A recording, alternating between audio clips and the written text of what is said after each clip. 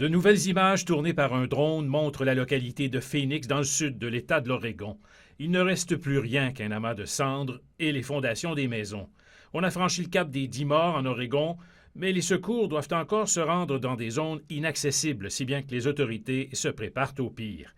Un peu plus au nord, même constat, un autre secteur complètement rayé de la carte. Les carcasses calcinées sont les seuls vestiges de ce qui était une ferme. Plus de 4000 km² de territoire sont partis en fumée dans l'Oregon. C'est le double de ce qui y brûle normalement chaque année. Plus au sud, la Californie est ravagée par une trentaine d'incendies majeurs que combattent plus de 16 000 pompiers.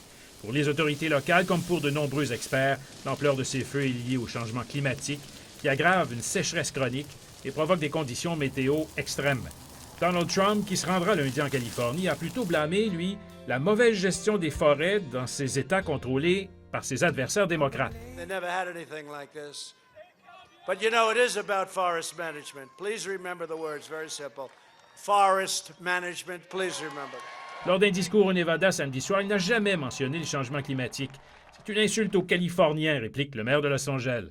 It's been very clear that years of drought, as we're seeing, whether it's too much water and too much rain in parts of our country right now or too little, this is climate change. And this is an administration that's put its head in the sand. La destruction n'a pas épargné l'État de Washington. Le gouverneur de l'État parle de situation apocalyptique. L'air ambiant est devenu irrespirable et dangereux, selon un médecin de Seattle. The smoke itself, which is particulate matter in the air, can cause inflammation and irritation of the lungs, and that can have consequences. Les fumées dégagées affectent Portland, Seattle et San Francisco, qui figurent actuellement parmi les villes ayant le taux de pollution les plus élevés du monde.